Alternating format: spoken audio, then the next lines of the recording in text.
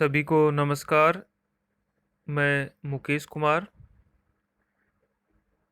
आज हम UGC net दिसंबर 2012 का सेकंड पेपर हल करेंगे और मेरी कोशिश यही रहेगी इस बार जब एग्ज़ाम होगा तो मैं कम से कम 20 पुराने प्रश्न पत्र अपलोड कर दूंगा। तो आप चैनल पर बने रहिए। तो शुरू करते हैं। आज का पहला क्वेश्चन है, भूस्खलन से संबंधित है। तो लैंडस्लाइड्स, भूस्खलन, मास मूवमेंट, द्रव्यमान संचलन टॉपिक से लिया गया क्वेश्चन है। इसमें मृदा सर्पण, मंद सर्पण, तीव्र सर्पण, मड फ्लो, कई टॉपिक्स हैं इसके अंदर। तो भूस्खलन है वो तीव्र गति का संचलन है और इसमें गुरुत्वाकर्षण, गुरुत्व ढाल, लुब्रिकेंट्स के रूप में बरसात का जल दो प्रमुख कारक हैं। इसमें देखिए, पहला ऑप्शन है वेस्टी सैल खंडों की ढलुआ गति।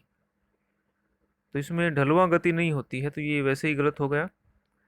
बी का ऑप्शन है आधार सैल या भूमिज मलबे के तुलनात्मक रूप से शुष्क पुंज की द्रुत अवगम्य संचलन या गति।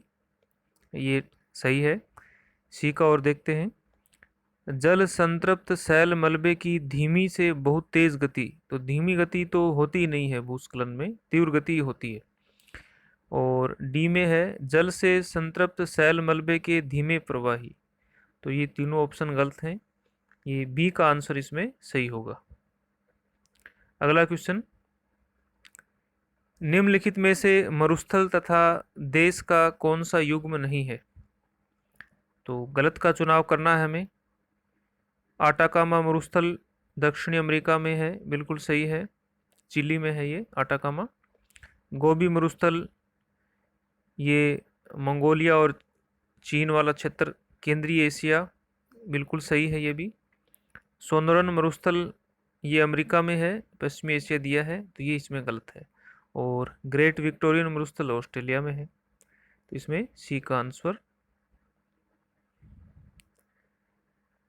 तीसरा क्वेश्चन है, अंतः समुद्री कैनियन के उद्भव के पंकिल धारा सिद्धांत के प्रतिपादकों में से निम्नलिखित में से कौन थे। तो चार ऑप्शन है इसमें से। इसमें देखिए, अंतः समुद्री कैनियन के उद्भव से संबंधित पंकिल धारा सिद्धांत, तो ये डेविस, डेली और क्वेनन महोदय तीनों इसके समर्थक थे। तो इसमें देखिए डाना, सेलिस और ग्रेगरी तो अलग हो गए, ये डेली महोदय इसका आंसर होगा।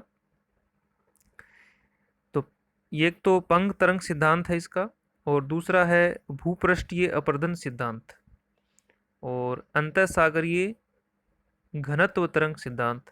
तो ये कैनियन के उद्भव के सिद्धांत हैं। इसमें डाना ने भूपृष्ठीय अपरदन सिद्धांत का समर्थन किया था और सेलिस महोदय ने अंतःसागरीय धनात्मक तरंग सिद्धांत का समर्थन किया था। अगला क्वेश्चन देखते हैं, पेन प्लेन शब्द किसका संकेत करता है। अच्छा क्वेश्चन है ये देखिए, पेन प्लेन, पेनी प्लेन और पेडी प्लेन और पेन फेन, चार शब्द हैं, लगभग मिलते जुलते हैं, लेकिन चारों ही अलग हैं। पेन प्लेन या पान प्लेन ये क्रिकमे महोदय ने प्रस्तुत किया था, और ये बाढ़ मैदानों के जुड़ने से निर्मित मैदान है, तो इसमें ये डी का आंसर है इसमें। जबकि नदी चक्कर के वर्दावस्था से निर्मित ये है पेनी प्लेन संप्राय मैदान, डेविस महोदय ने दिया था। और लासन ने पेन फेन शब्द का प्रयोग किया था, शुष्क प्रदन चक्कर में दिया था। और पेडी प्लेन है वो किंग महोदय ने, किंग का पेडी प्लेनेशन चक्कर, इसमें कई पेडिमेंट मिलकर एक मैदान का रूप, जिसे पेडिमेंटेशन या पेडी प्लेन कहते हैं। अगला क्वेश्चन देखते हैं। अपरदन की प्रक्रिया में घोल द्वारा पदार्थ का अवनयन क्या कहलाता है? तो ये अपक्षय टॉपिक से लिया गया क्वेश्चन है, भौतिक अपक्षय और रासायनिक अपक्षय। इसमें सन्निघर्षण, अपघर्षण, अधःखनन और संक्षारण। तो सॉल्यूशन और घोल ये संक्षारण से संबंधित है। इसमें चट्टान में उपस्थित खनिज लवण हैं वो वर्षा जल के साथ घुलकर बह जाते हैं और उससे चट्टान का अपक्षय होने लगता है। अगला क्वेश्चन, सौर स्पेक्ट्रम को उसके तरंग दैर्ध्य के आरोही क्रम में व्यवस्थित करें। देखिए, इसमें सबसे पहले तो हमें आरोही और अवरोही का ध्यान में रखना है। आरोही असेंडिंग, बढ़ते हुए कम से अधिक की ओर। अवरोही डिसेंडिंग, घटते हुए ज़्यादा से कम की ओर। तो आरोही पूछा है, तो इसमें देखिए एक्स किरणें, गामा किरणें और पराबैंगनी किरणें यहाँ से शुरू होता है। तरंग दैर्ध्य के आरोही क्रम में सबसे कम एक्स किरणें, फिर उसके बाद गामा इसमें है नहीं, उसके बाद पराबैंगनी है, उसके बाद सूक्ष्म तरंगे और फिर टेलीविज़न तरंगे। तो टेलीविज़न तरंगे, टेलीविज़न का जो एक रिमोट होता है उसमें भी इंफ्रारेड जो तरंगे हैं उससे वो कार्य करता है। ये क्वेश्चन भी यूजीसी नेट में आ चुका है। तो इसमें सी का आंसर होगा सी, ए, बी और डी। देखिए, इसमें से एक क्वेश्चन निश्चित रूप से आता है हर बार, सोर्स स्पेक्ट्रम से संबंधित है, तो ये अच्छी से ध्यान में रखना। इसमें एक क्वेश्चन विबग्योर से संबंधित भी आता है। इसमें आरोही और अवरोही तरंग दैर्ध्य कम से अधिक क्रम पूछ लेते हैं इसमें, तो ये ध्यान में रखना आपको। अगला क्वेश्चन है, वायुमंडल द्वारा परावर्तित ऊर्जा सामान्यतः दृश्यमान प्रकाश की तरह से लघु ऊर्जा होती है जो कि वायुमंडल को वेधती नहीं है। तो जैसे ही सौर विकिरण होता है तो उसमें बादलों से कुछ गैसों द्वारा अवशोषण द्वारा और कुछ सीधे ही परावर्तित होकर वापस अंतरिक्ष में शून्य में चली जाती हैं। तो इसमें सी का आंसर होगा सही। इसमें देखिए, पहला आंसर क्या है कि वायुमंडल को गर्म नहीं करती, आने वाली ऊर्जा से उसका भिन्न तरंग दैर्ध्य होता है, अवशोषण के द्वारा वायुमंडल को गर्म करती हैं। तो वायुमंडल द्वारा परावर्तित ऊर्जा में ये सामान्यतः दृश्यमान प्रकाश की तरह से लघु ऊर्जा होती है। दृश्यमान प्रकाश जो सप्तवर्षीय होता है, मैंने अभी पहले बताया था, जिसे हम विबग्योर के रूप में जानते हैं, जो कि वायुमंडल को वेधती नहीं है, वो सीधे ही परावर्तित हो जाती है। अगला क्वेश्चन, ध्रुवीय जेट धारा पोलर जेट स्ट्रीम के बारे में कौन सा कथन सत्य नहीं है? तो जेट स्ट्रीम है वो क्षोभ मंडल में 7 से 8 किलोमीटर की ऊंचाई पर चलने वाली धारा है और इसकी खोज द्वितीय विश्व युद्ध के समय से हुई थी, जब अमेरिकी B-29 बम वर्षक विमान, ये उस समय की बात है जब पर्ल हार्बर पर जापान ने हमला किया था और फिर जापानी जहाजी भेड़े को नष्ट करने के लिए B-29 विमान अमेरिका जापान की तरफ बढ़े थे। तो जाते हुए बिल्कुल आसानी से चले गए, लेकिन वापस लौटते हुए उनको बहुत ही कठिनाई हुई। तो उस समय जेट धाराओं की खोज हुई थी और ये प्रमुख रूप से 60 डिग्री अक्षांश के आसपास और ध्रुव ध्रुव के ऊपर से शुरू होते हुए और ये विषुवत रेखा की तरफ बढ़ती है एक लहरनुमा आकृति के रूप में। तो रोसबी महोदय ने इसके बारे में खोज की थी, तो रोसबी वेव्स भी इसको कहते हैं, रोसबी तरंग। तो जेट स्ट्रीम के टॉपिक के बारे में हम अलग से पढ़ेंगे। तो इसमें देख लेते हैं आंसर, इसका सत्य नहीं है पूछा है। ग्रीष्म काल में यह उत्तर की ओर गतिमान होती है। यह सतही तूफान के परिसंचरण को ऊर्जा देती है। इसकी अवस्थिति ध्रुवीय वातागर के अनुरूप होती है। इसका वेग ग्रीष्म काल में अधिक होता है। तो इसका वेग ग्रीष्म काल में अधिक नहीं होता, ये सत्य नहीं है, बाकी ये सही है। ग्रीष्म काल में उत्तर की ओर गतिमान होती है और सतही तूफान चक्रवात जैसी स्थिति, प्रति चक्रवात की स्थिति उत्पन्न करती है। ध्रुवीय वातागर के अनुरूप होती है, बिल्कुल सही बातें हैं ये। तो इसका डी का आंसर होगा। अगला क्वेश्चन देखते हैं। उष्णकटिबंधीय क्षेत्रों में वायु में जल के कणों का प्रतिशत कितना अधिक हो सकता है? तो जल के कणों का मतलब जलवाष्प के बारे में पूछा है, तो ये 4 से 5% ही होता है अधिकतम। और स्कूल लेक्चरर में भी ये क्वेश्चन आया हुआ है अभी जनवरी में, जो स्कूल लेक्चरर ज्योग्राफी का एग्जाम हुआ था, तो उसमें 5% आंसर था उसका, 4% होगा इसका। आगे देखिए। प्रति चक्रवात में ऊर्ध्वाधर वायु प्रवाह निम्नलिखित में फलीभूत होता है। देखिए, प्रति चक्रवात है वो निम्न वायुदाब से संबंधित है, सॉरी उच्च वायुदाब से। चक्रवात वो निम्न वायुदाब से संबंधित है और प्रति चक्रवात उच्च वायुदाब से संबंधित है। इसमें ऊर्ध्वाधर वायु का प्रवाह होता है। चक्रवात में है वो नीचे की तरफ, और प्रति चक्रवात में ऊर्ध्वाकार। ऊपरी दिक् परिवर्तन, ऊपरी रूपांतरण, ऊपरी तथा सतही दोनों दिक् परिवर्तन, सतह पर रूपांतरण और ऊपरी दिक् परिवर्तन। तो इसमें होगा सतह पर रूपांतरण और ऊपरी दिक् परिवर्तन।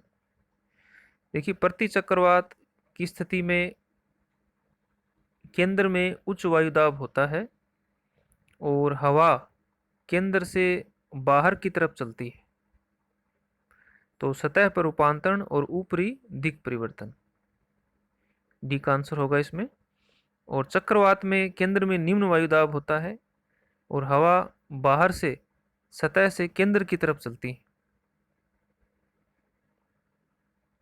अगला क्वेश्चन, समुद्र में सर्वाधिक सर्वनिष्ठ लवण है। सर्वाधिक लवण है वो सोडियम क्लोराइड है, हमें पता है ये। अगला क्वेश्चन, जल चक्र में वाष्पीकरण से एकदम पहले क्या आता है? ये क्वेश्चन भी रिपीट हो चुका है। देखिए, हम कर रहे हैं दिसंबर 2012 का, अभी लास्ट में जो एग्ज़ाम हुआ था 2018 में, उसमें ये बिल्कुल सेम क्वेश्चन आया हुआ है। तो वाष्पीकरण से एकदम पहले देखिए क्या दिया ऑप्शन में, मेघ, अवक्षेपण और संघनन। ये तो तीनों ही गलत हो गए। ताप, सबसे पहले तापमान है, तापमान से पानी गर्म होता है, उसके बाद ही वाष्पीकरण होता है। अगला क्वेश्चन, खाद्य श्रृंखला में पोषण स्तर 1 में कौन होते हैं? तो पोषण स्तर में प्राथमिक जो उत्पादक हैं हरे पौधे वो होंगे। अगला क्वेश्चन, निम्नलिखित में से कौन सा क्षेत्र ग्लोब के कार्बन सिंक के रूप में जानते हैं? तो ये क्वेश्चन भी रिपीट हो चुका है, यूपीएससी एग्जाम में भी कई बार आ चुका है ये क्वेश्चन। तो उष्ण कटिबंधीय जो वर्षा वन है वो कार्बन के प्रमुख स्रोत हैं पृथ्वी के ऊपर, और इसमें अमेजन और जो कांगो बेसिन है वो एरिया, खासकर अमेजन बेसिन और कांगो बेसिन सर्वाधिक ऑक्सीजन देने वाले क्षेत्र भी हैं ये। अगला क्वेश्चन देखते हैं।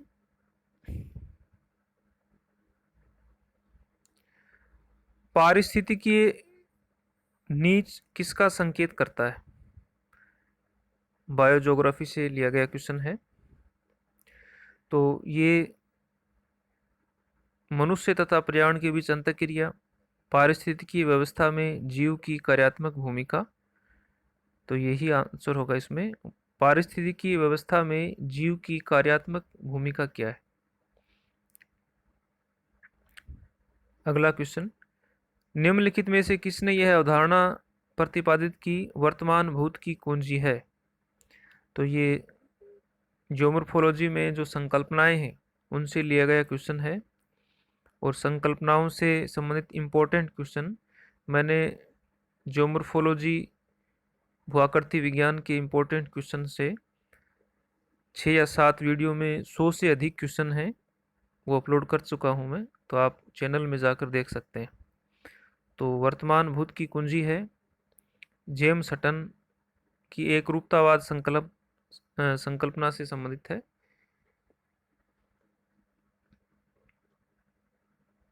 अगला क्वेश्चन, रीटर के अनुसार इस उपागम को कि कुछ भौगोलिक तथ्यों की वैज्ञानिक रूप से व्याख्या नहीं की जा सकती है, क्या कहते हैं? तो इसमें रीटर हैं वो क्या थे? उद्देश्यवादी थे। तो ये उद्देश्यवाद से संबंधित है। अर्धकुंडे रीटर की प्रमुख पुस्तक है और वो निश्चयवादी विचारक थे, प्रकृतिवादी थे। रीटर को आराम कुर्सी वाला भूगोलवेत्ता भी कहते हैं, आराम चेयर, क्योंकि इन्होंने यात्राएं ज़्यादा नहीं की थी। हार्टसोन के अनुसार आधुनिक भूगोल के क्षेत्र तथा पद्धति पर किसके अग्रगामी कथन ने भविष्य के लिए भौगोलिक विचारधारा की दिशा निर्धारित की? तो ये हैं रिस्तोफेन महोदय। रिस्तोफेन महोदय ने चीन का भूगोल, चीन से संबंधित कई ग्रंथ लिखे थे और सबसे पहले लोइस का अध्ययन भी रिस्तोफेन ने किया था। अगला क्वेश्चन, मानव जीवन में जलवायु की प्रमुख भूमिका पर किस भूगोलवेत्ता ने जोर दिया? जहां जलवायु आ जाए और हंटिंगटन आ जाए तो आप बिल्कुल श्योर रहें कि जलवायु का सबसे ज़्यादा प्रयोग हंटिंगटन ने ही किया था। प्रयोग का मतलब यही है कि सबसे ज़्यादा इम्पोर्टेंट माना था हंटिंगटन ने कि मनुष्य पर जलवायु का प्रभाव सर्वाधिक पड़ता है। उन्होंने कई पुस्तकें लिखी थी। सबसे पहले पल्स ऑफ एशिया, फिर सिविलाइजेशन एंड क्लाइमेट, और प्रिंसिपल ऑफ ह्यूमन ज्योग्राफी और economic geography, character of races, कई पुस्तकें लिखी इन्होंने, हंटिंगटन महोदय ने। आगे चलते हैं। यह विचार कि ऐसा हिमयुग था जिस दौरान अधिकांश उत्तरी यूरोप हिम या बर्फ की चादर से आच्छादित था, की वैधता स्थापित करने का श्रेय सामान्यतः किसे दिया जाता है? तो ये हैं लुई अगासिज महोदय, जिन्होंने उत्तरी यूरोप में हिमकाल से संबंधित अध्ययन किया था। कथन और कारण दिए हैं। अभिकथन है, महानगरों में वयस्क पुरुष जनसंख्या की संख्या का अधिक वर्चस्व रहता है। बिल्कुल सही है, क्योंकि इसमें विभिन्न क्षेत्रों से प्रवास करके रोजगार की तलाश में वयस्क लोग हैं वो आते हैं, तो उनकी संख्या अधिक होती है। बिल्कुल सही है। कारण क्या है? प्रवास आयु तथा लिंग चयनात्मक है। बहुत बिल्कुल सही बात है ये, आयु और लिंग चयनात्मक है। इसमें महिलाएं कम जाती हैं प्रवास करके और पुरुष लोग हैं वो खासकर युवा लोग हैं रोजगार की तलाश में नगरों में जाते हैं। तो दोनों सही हैं और व्याख्या कर रहे हैं एक दूसरे की। अगला क्वेश्चन, भारत में कुल जनसंख्या में बुजुर्गों की जनसंख्या का प्रतिशत निम्नलिखित के बीच पड़ता है। तो 2011 की जनगणना के अनुसार लगभग 7% लोग हैं वो 60 या उससे अधिक आयु के हैं भारत में, और सबसे ज़्यादा हैं वो केरल में है। तो इसमें देखिए 5 से 10% वाला ऑप्शन बनेगा ये, क्योंकि 7% इसी में आता है। अगला क्वेश्चन, निम्नलिखित में से कौन सी प्रवास धारा भारत में अधिकतम प्रवास का अनुभव करती है? तो इसमें ग्रामीण से ग्रामीण, ग्रामीण से नगरीय, नगरीय से नगरीय, नगरीय से ग्रामीण। तो ग्रामीण से नगरीय, ग्रामीण क्षेत्रों के लोग रोजगार की तलाश में नगरों में जाते हैं। अगला क्वेश्चन, 21वीं शताब्दी के अंत तक प्रक्षेपित नगरीय विश्व या सार्वभौमिक शहर को निम्नलिखित में से कौन सा व्यक्त करता है? तो 21वीं शताब्दी में के अंत में पूछा गया है, तो ये है वास्य नगरी, एक्यूमेनोपोलिस।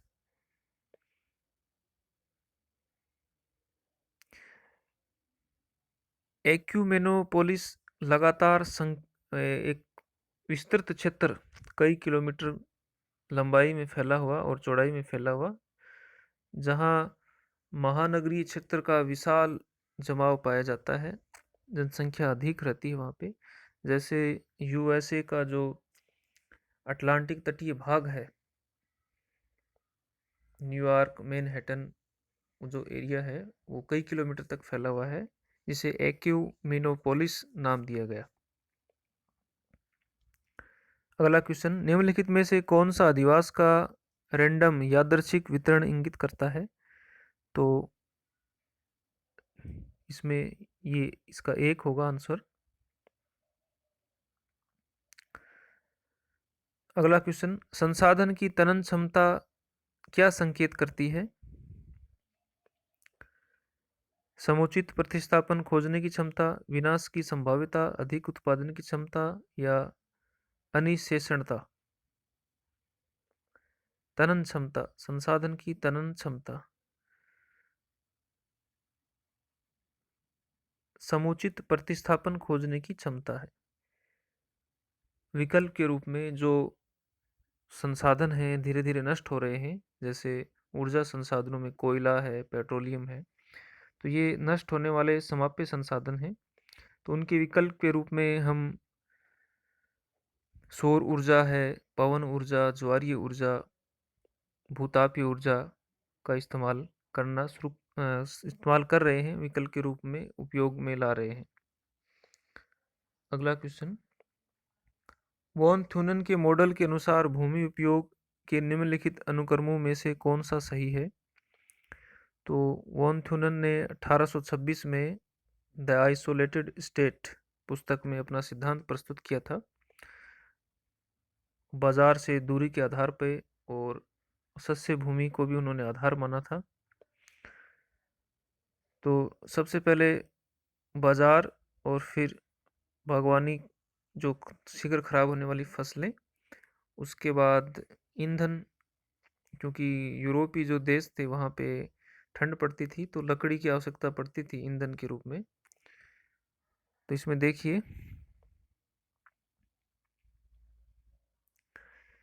इसमें कौन सा ऑप्शन बन रहा है? बाजार, बागवानी और ताज़ा दूध, उसके बाद ईंधन, कास्ट और फिर गहन फसल खेती, पहला ही ऑप्शन बन रहा है। इन्होंने 7 पेटियां बताई थी, कई बुक्स में देखिए 8 पेटियां हैं, कई बुक्स में 6 पेटियां हैं, तो प्रमुख रूप से 7 पेटियां थी उनकी। और 5वीं पेटी में 3 खेत प्रणाली, चौथी पेटी में सप्तवर्षीय मेखला इन्होंने बताई थी। कई बार क्वेश्चन आता है वान थ्यूनन से संबंधित। अगला क्वेश्चन, संसाधन सृजन किसका परिणाम है? संसाधन सृजन प्राकृतिक तथा सांस्कृतिक प्रक्रियाओं की अंतःक्रिया, विभिन्न प्राकृतिक प्रक्रियाओं की अंतःक्रिया, विभिन्न सामाजिक प्रक्रियाओं की अंतःक्रिया या विभिन्न आर्थिक प्रक्रियाओं की अंतःक्रिया? संसाधनों का निर्माण तो आर्थिक प्रक्रियाओं के द्वारा किया जाता है। अगला क्वेश्चन, ऊर्जा संसाधन उपयोग की प्रक्रिया में अंतिम अवस्था है परिवहन, भंडारण, अवशिष्ट सामग्री का निपटान और रूपांतरण। तो देखिए, ऊर्जा संसाधन उपयोग की प्रक्रिया में अंतिम अवस्था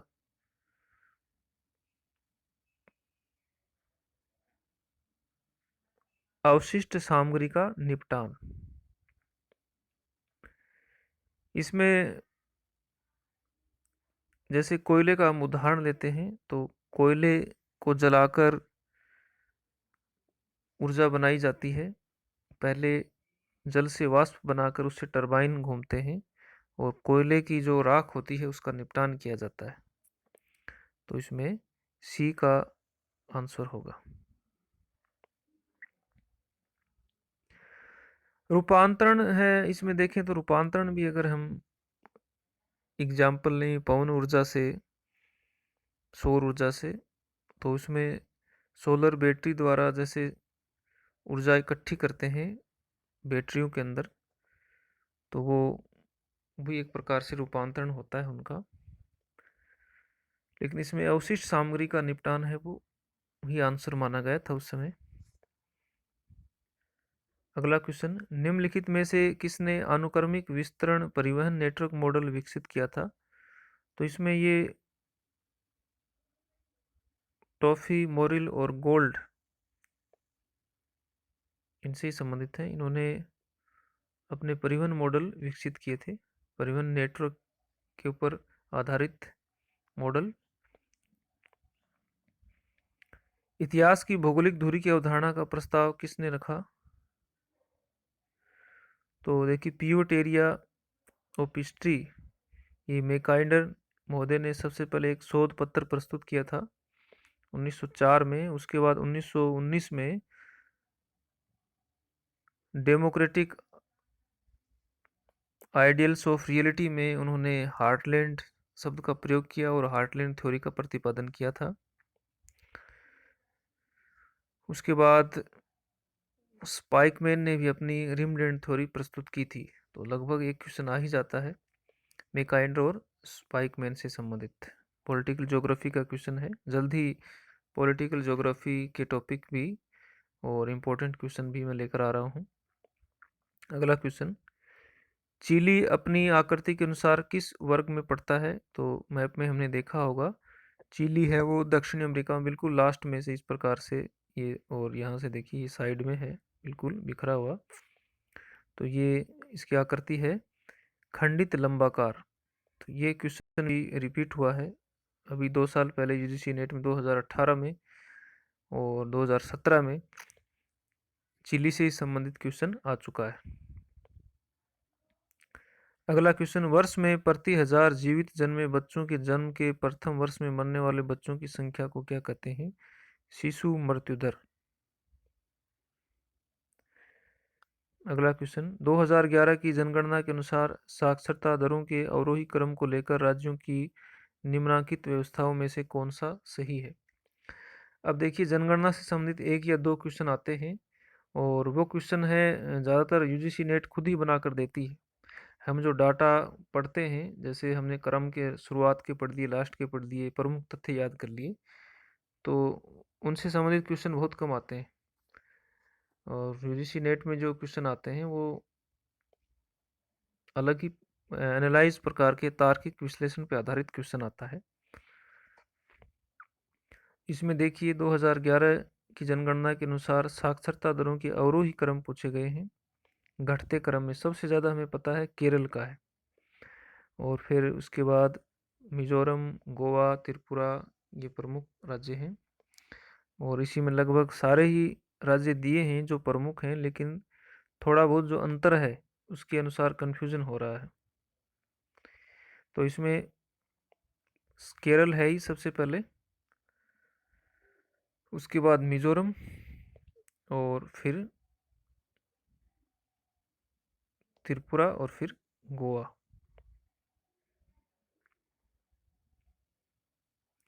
पहला आंसर होगा इसमें।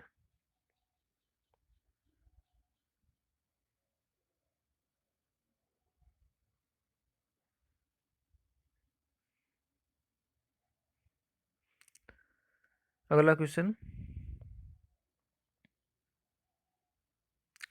निम्नलिखित में से क्या जनजातीय अर्थव्यवस्था के साथ संबंधित है? तो जनजातीय अर्थव्यवस्था स्थानांतरित कृषि करती है। बिल्कुल आसान क्वेश्चन है ये, और इनके अलग अलग नाम हैं। जैसे राजस्थान में इनको वालरा कहते हैं, भीलों की चीमाता और दजिया हैं, और इसमें पूर्वोत्तर भारत में इसको झूमिंग कहते हैं, श्रीलंका में चेना कहते हैं। अलग अलग नाम हैं इनके सभी के। योजना आयोग द्वारा प्रस्तावित भारत के कृषि जलवायु क्षेत्रों का आधार क्या है? तो योजना आयोग ने वर्षा ऋतु, तापमान और कृषि क्षेत्र इनको आधार माना है, और 15 कृषि जलवायु प्रदेश बताए हैं भारत के। महानगरीय क्षेत्र कौन से क्षेत्र हैं? तो महानगरीय फंक्शनल कार्यात्मक क्षेत्र हैं। निम्नलिखित में से किसने भारत को नियोजन प्रदेशों में विभाजित किया है? तो इसमें और आर.पी. मिश्रा का प्रमुख योगदान है। अब इसके अलावा आर.एल. सिंह, ओ.एच. के स्पेट, आर.डी. स्टैम्प, प्रादेशिक नियोजन में इनका भी योगदान रहा है, लेकिन भारत में आर.पी. मिश्रा को प्रमुख स्थान दिया गया है।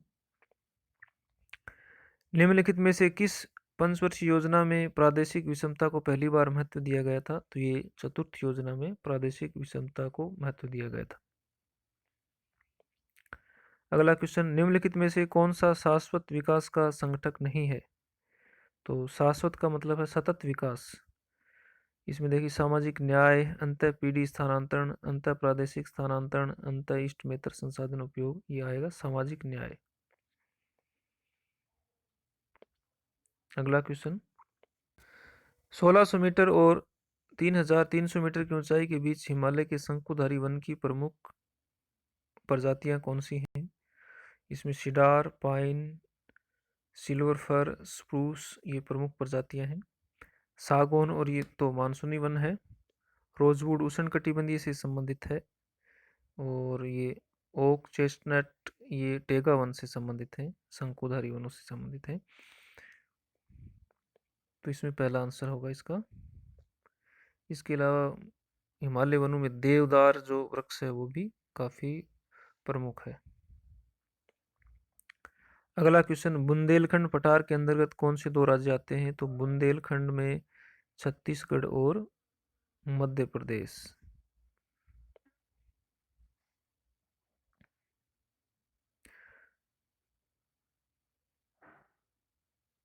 अगला क्वेश्चन, भारत में निम्नलिखित में से कौन सा स्थान विश्व में सबसे ठंडे आवासित स्थानों में द्वितीय श्रेणी में पड़ता है? तो इसमें देखिए ईटानगर, माना और मनाली, तो द्रास सेक्टर है।